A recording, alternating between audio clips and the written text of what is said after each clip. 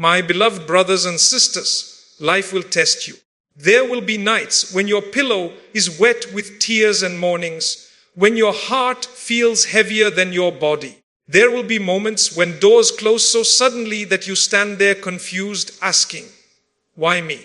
But when life gets hard, remember this, Allah has not abandoned you. Allah tells us in Surah Al-Baqarah that He will surely test us with fear, hunger, loss of wealth, lives, and fruits, but He gives glad tidings to the patient. Think about that. The test is guaranteed, but so is the glad tiding. Sometimes we think hardship means Allah is angry with us. But reflect on the lives of the prophets. Was the life of Prophet Muhammad easy? He was rejected in Makkah, mocked, stoned in Taif, and faced betrayal and loss. Yet he was the most beloved to Allah. Trials are not a sign of rejection. They are a sign of elevation. Imagine a seed buried deep under dark soil. From above, it looks as though it has disappeared. But beneath the surface, something powerful is happening. It is breaking open. It is pushing through resistance. It is preparing to bloom. Your hardship may feel like burial, but perhaps Allah is planting you. You lost that job. You thought it was the end. But months later, you realize it pushed you towards something better. You experienced heartbreak. You thought your world collapsed. But later you thank Allah because He protected you from a future you could not see. How many times has Allah saved you from something you once begged for? Allah says in the Quran that you may dislike something while it is good for you, and you may love something while it is bad for you. Allah knows and you do not know. Subhanallah, we see today, Allah sees forever. When your dua seems unanswered, don't assume it is ignored. The silence is not neglect, it is divine wisdom. Perhaps Allah is delaying it because He wants to give you something bigger. Perhaps He is protecting you from harm. Perhaps He is waiting for the perfect moment when the blessing will not just change your situation, but change you. Have you ever noticed how rain falls exactly when the earth needs it most?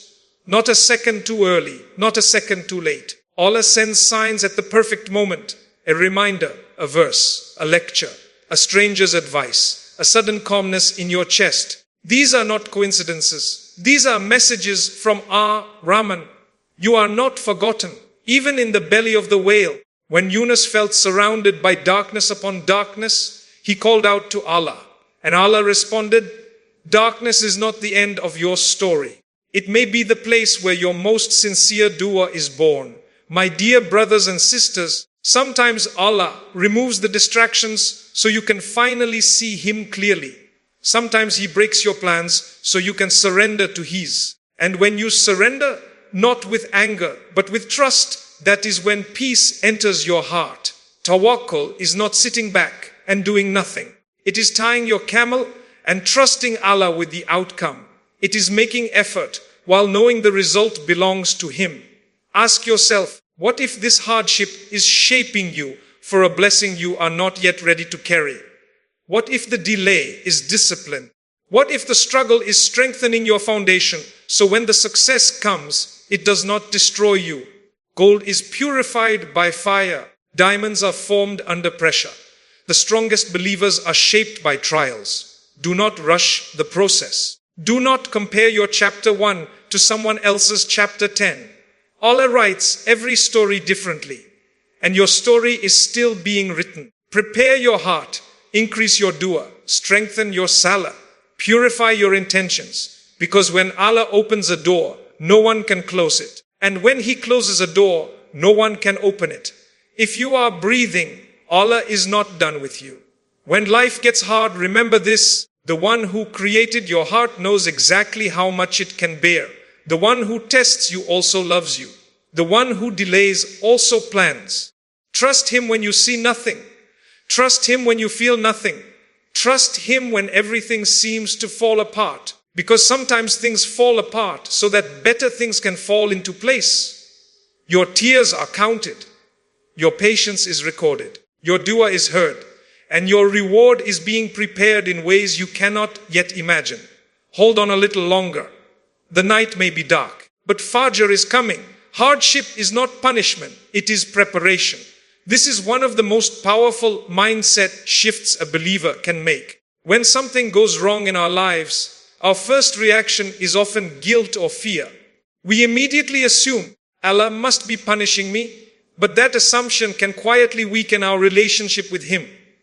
Allah is our Rahman and our Rahim, the most merciful and the most compassionate.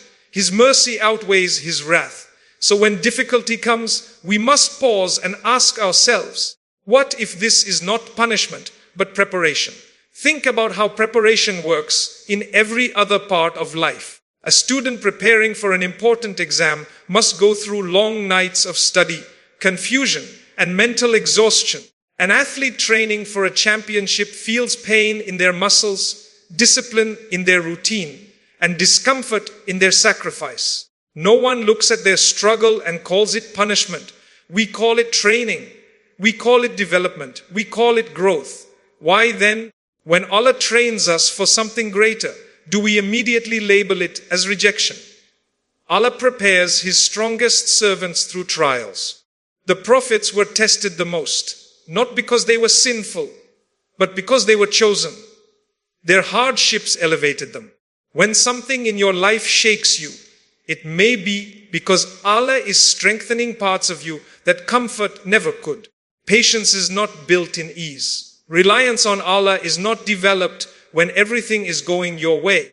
True tawakkul is born when the ground beneath you feels unstable and you choose to trust Him anyway. Sometimes Allah removes something from your life because it would have destroyed you later. You cry over a lost opportunity, but you do not see the harm that was attached to it. You grieve a relationship, but you do not see the future heartbreak you were saved from. You feel delayed while others move ahead, but you do not see the character Allah is building inside you. Preparation often feels like loss before it feels like gain. When iron is placed into fire, it glows red, it bends, it changes shape. The fire is not punishing the iron, it is refining it. Without that heat, it remains weak and limited. With it, it becomes strong and purposeful. In the same way, the fire of hardship refines the believer. It burns away arrogance. It melts pride. It softens the heart. It forces you to turn back to Allah with sincerity. Many of us make our most powerful dues not when life is easy, but when we feel desperate. Hardship humbles us in ways comfort never can. Preparation also means capacity. Perhaps Allah wants to give you something greater than what you are asking for, but your current mindset, discipline, or faith is not yet strong enough to carry it. So He prepares you. He teaches you patience through delay. He teaches you gratitude through small blessings. He teaches you resilience through setbacks. Every difficulty adds weight to your spiritual muscles. And slowly, without you realizing it, you are becoming someone capable of handling more. Look back at your own life.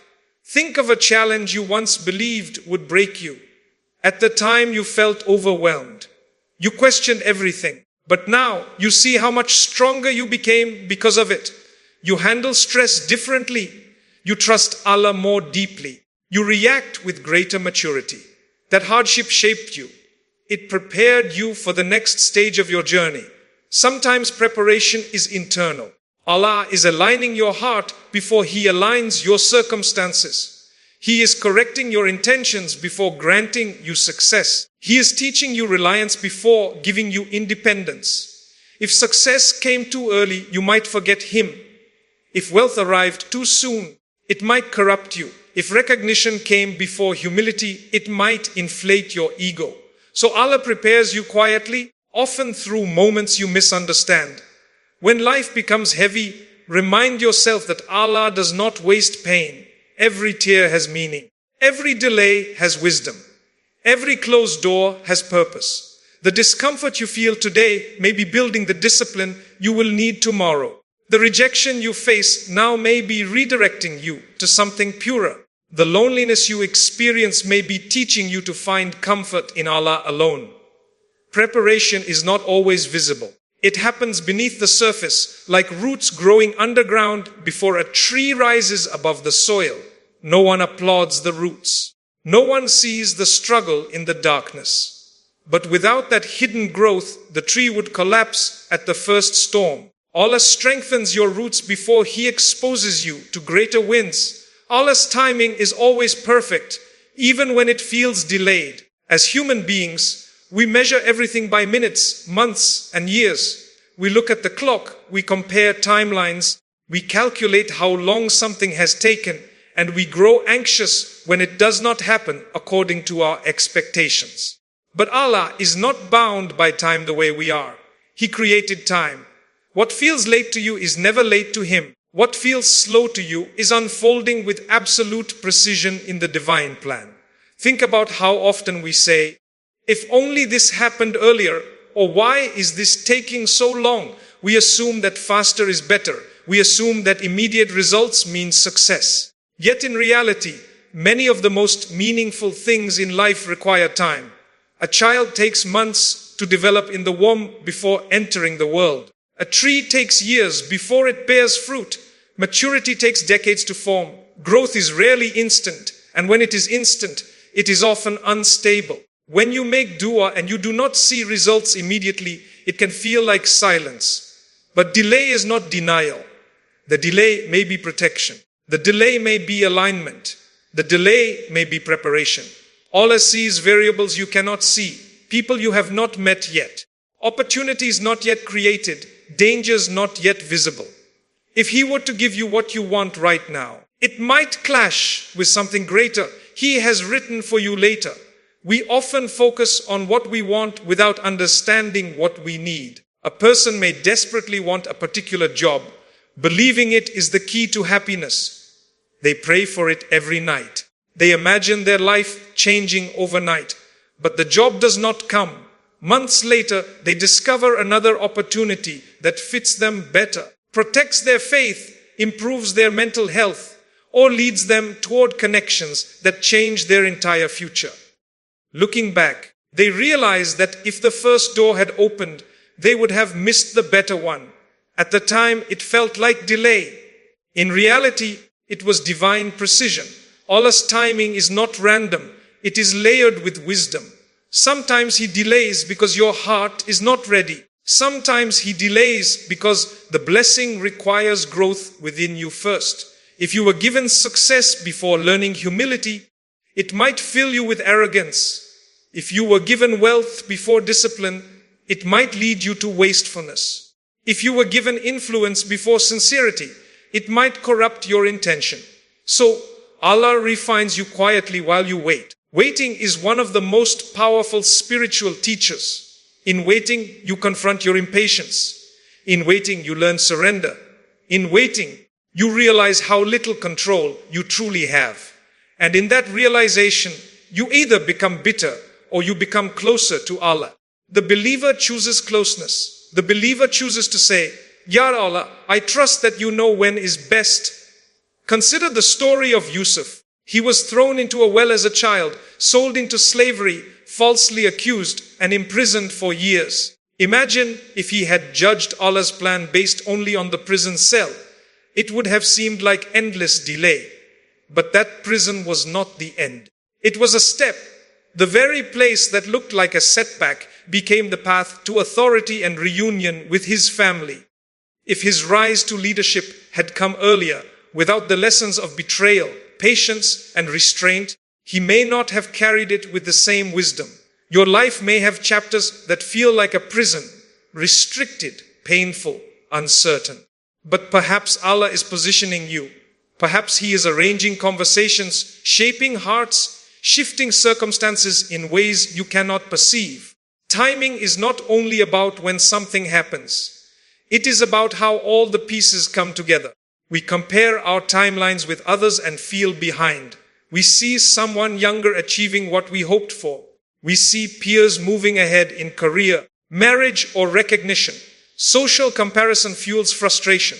But Allah did not write identical scripts for His servants. Each story unfolds differently. Your delay may be someone else's protection. Their early success may be their test. What looks ahead or behind from a human perspective is irrelevant in the sight of Allah. When rain falls at the wrong time, It can destroy crops. When it falls at the right time, it nourishes them. The same rain, different timing, completely different results. Allah sends your blessings with that same precision. Too early and they might harm you. Too late and they might not benefit you. But at the exact moment He chooses, they arrive with impact. Trusting Allah's timing requires surrendering your obsession with control. It means continuing to make dua even when you see no change. It means continuing to work even when results are slow. It means believing that what is written for you cannot miss you, and what misses you was never meant to be yours. Every test carries hidden mercy and unseen protection. When a difficulty enters your life, it rarely arrives with an explanation. It does not introduce itself as a blessing in disguise. It does not immediately reveal the harm it is preventing or the reward it is storing for you.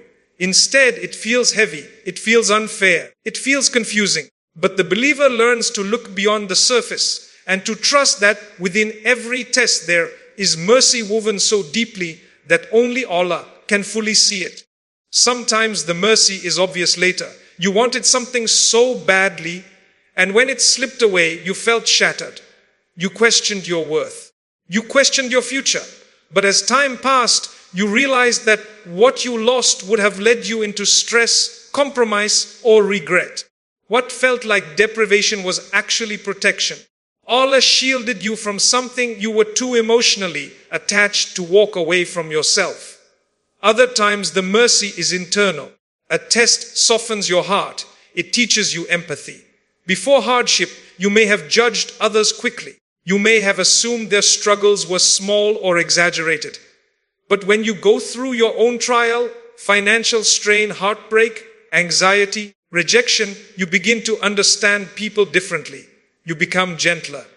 You listen more carefully. You make dua for others with sincerity because now you know what pain feels like.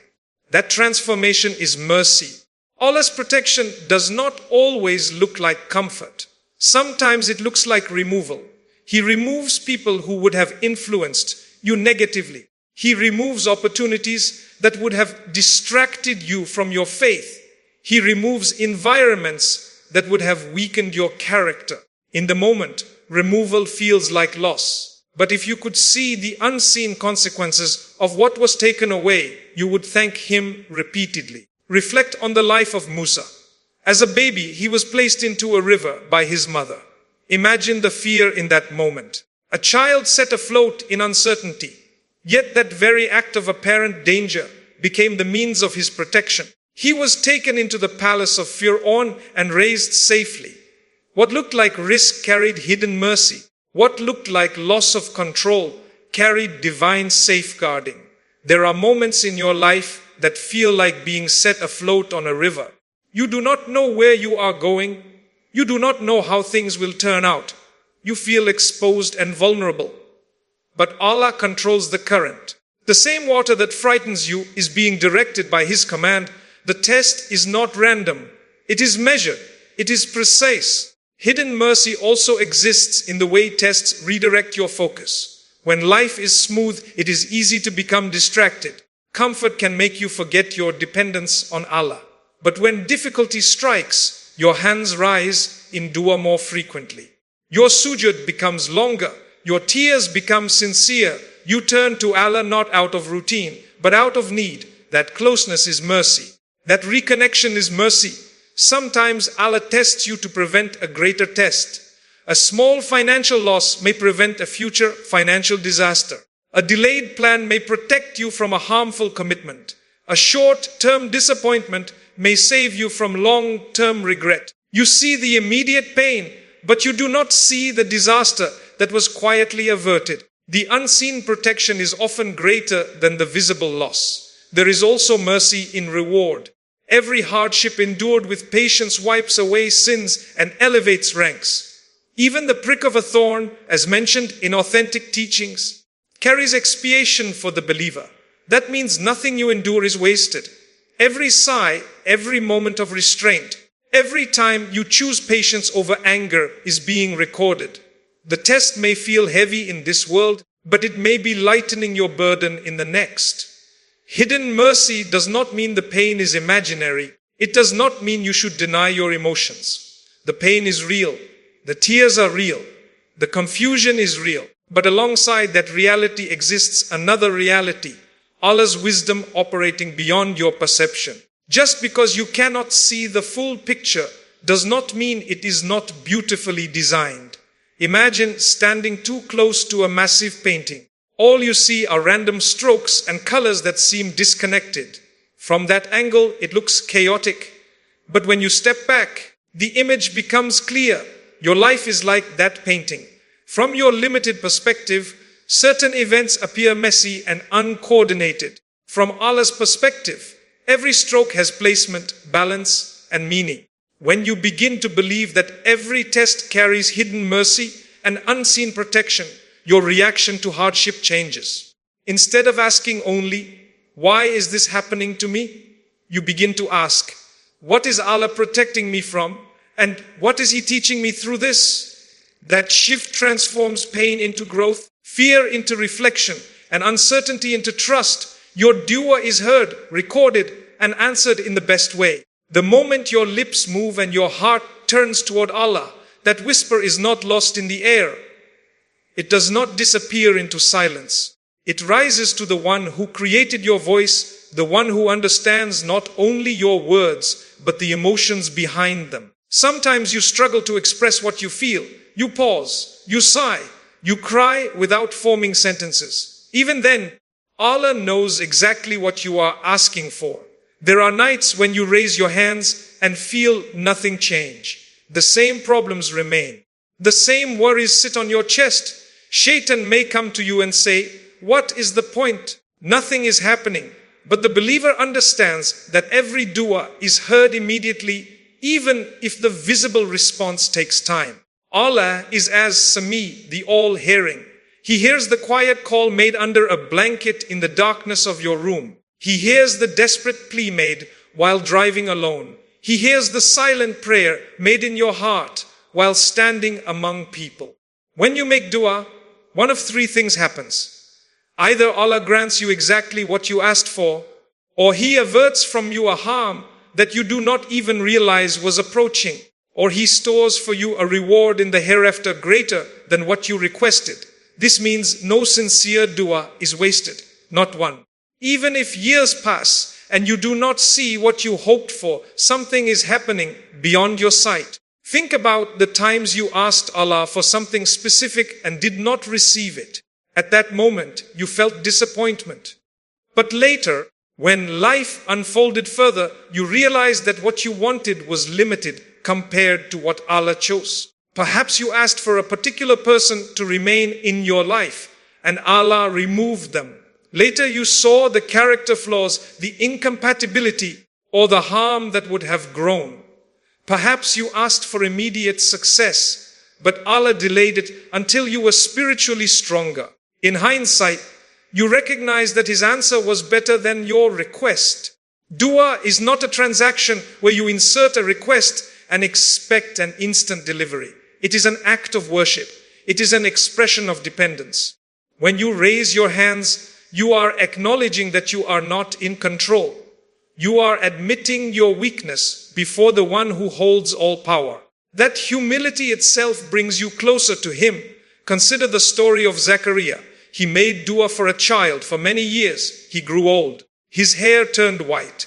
From a worldly perspective, it seemed impossible. Yet he continued to call upon Allah with hope. And when the time was right, Allah granted him Yahya. The response did not come immediately, but it came perfectly.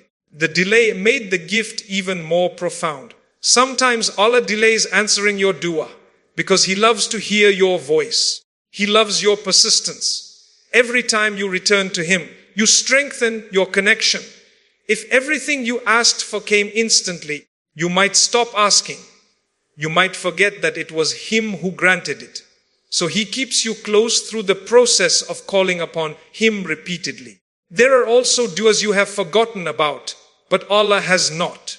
You may have asked for guidance years ago, and slowly He shaped your environment, introduced you to reminders, distanced you from certain influences, and brought you closer to faith. You did not connect those changes to your old dua, but they were part of the answer unfolding gradually. Sometimes the answer to your dua is transformation within you rather than change around you. You ask for strength, and instead of removing the challenge, Allah strengthens your heart. You ask for patience, and instead of eliminating difficulty, He expands your capacity to endure. You ask for peace, and instead of altering circumstances, He places calmness in your chest despite the storm around you. Your dua is also recorded. Angels witness it. It is written.